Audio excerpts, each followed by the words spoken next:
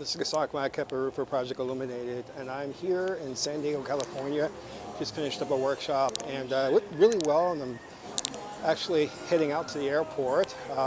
This is the last day, and I want to talk to you a bit about something that the Illuminati is doing, and not many people are really understanding the meaning behind it, which is the idea of women invading male space.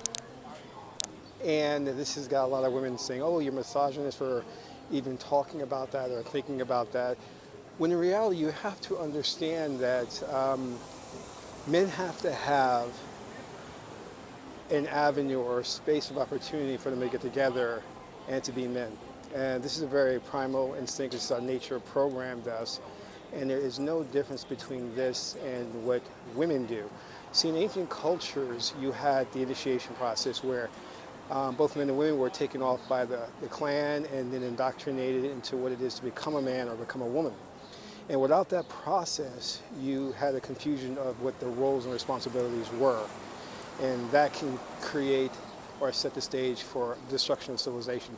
So you have to, right now what the Illuminati is doing basically is that they are making sure that any space where males congregate in is now being injected with women who are coming in and basically trying to co-opt that space in the name of feminism. So for example, everybody knows about things like Comic-Con and video gaming. We have women injecting themselves into that, which I have no problem with that. You know, I'm all for that. Hell, when I was going to high school, we had our Star Trek conventions. There were almost no women there. So, but you got to leave one last vestige of area or some type of arena where men can get together and become men, meaning that there's male banter, oh, you jackass, you jerk, you know, there's that playfulness and, you know, that camaraderie, because what men are doing when they come together, you know, in cases like a man cave and things like that, they are grooming themselves for future empire building, because when males come together, studies have shown there's competition. There's this type of veracity to create something and to combine and collectively grow and to become stronger as individuals and as collectives, you know. But most importantly, there is that competition element there. And that competition element is what builds nations. It pushes people to go beyond their limits and to strive for more. And the studies have shown is when you disrupt that arena where they're fighting and competing against one another, then you have civilizations that don't prosper and grow as they should. So what you have is you see in corporate America where they're hiring a lot of females versus males, and that men cannot talk and be open and communicate in the way they want to. You find that there become a lack of productivity in those arenas. Now, am I being misogynistic? No, in no sense of the word, but what I'm saying is that there's a specific purpose for when males get together and they act like men. It's the same thing when you see a little kitten and she's pouncing on the little ball of yarn. Now, it looks very playful, very cute, but the little kitten's not doing that to be cute. That kitten is grooming itself, its predatory instincts to hunt and to survive. And that's the same way where males are doing when they come together collectively to assert themselves and their dominance. But now what you have is as feminism now is saying that intrinsically male testosterone, male energy is bad, and it's part of rape culture, and it could lead to demoralizing and dominating women, and that is not the case at all.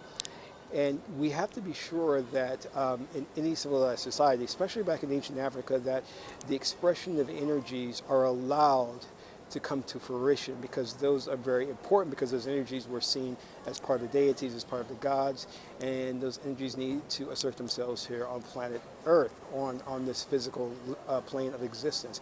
If you suppress those energies, then you create an imbalance in what has to happen. And that imbalance can mean the destruction of civilization.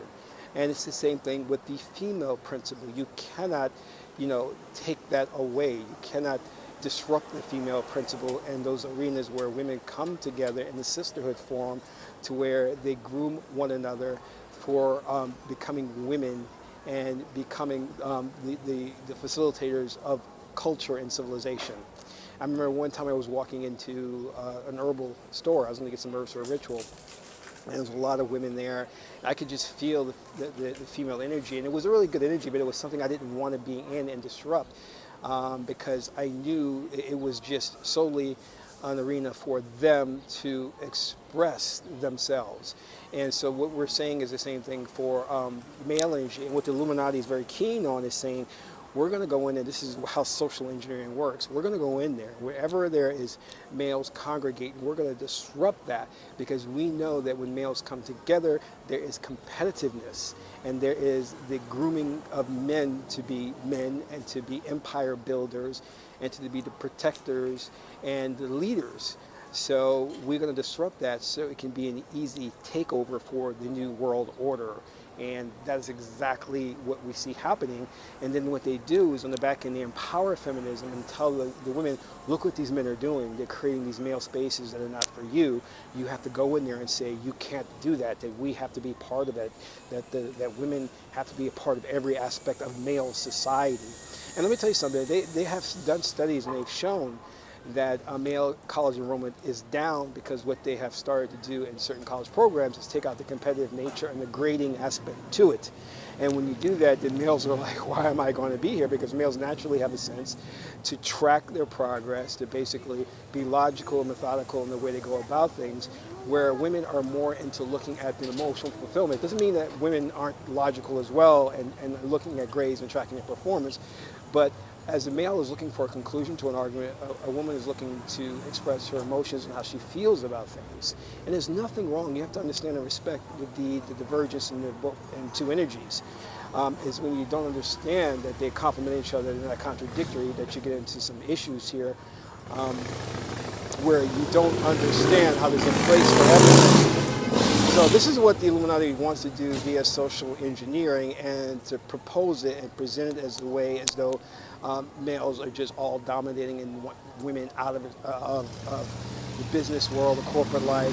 And even in sports, they found that when men were competing against women, if the men lost, it was a blow and to their ego, and if they won, they felt like as if they were being domineering and putting the women down by winning. So for men, it was a no-win situation. You know what I mean? So the only way to win is not to play the game. If you win, you feel like you're putting down women and that you took advantage of them. But if you lose, you feel like you're not on par with them. And realistically, in that type of competition in the arena, women do naturally gravitate toward the winners, the alpha males. So, how could you win in a situation like that? And we saw that with the election of Sarah Palin. And I remember when she was in the debates, the men on the opposing parties didn't want to attack her vehemently because they felt as though they would be seen, again, as chauvinistic, as though not, like being respective of a female, of a woman, instead of just going after her as if she was just any political opponent. And that's exactly what they did. They took it easy on her because, again, it was no situation. If they really went hard and started to hit her in terms of what her political views were, which were nothing, then they would be seen as wrong and evil. But then if they lost in the debate, they would be seen as wimps and not able to be on par with a woman, So you have those dynamics there, but again, it goes back, trace it all back to the Illuminati, which is what their hallmark is. They play parties against each other. They create these divisions, and they have these divisions oppose one another, and they keep the fighting going in this country by creating these names, these labels, these affiliations. And when you have a nation that is infighting and is divided, it's easy to conquer it, come in there and say, you know what, we're going to stop all this infighting, we're going to stop all this division, and we're going to create a new world order, and everything will be prosperous. So that's what their plan is. Anyway, this is Kasak Maya Keparu, reporting from San Diego, California, and that's all for now.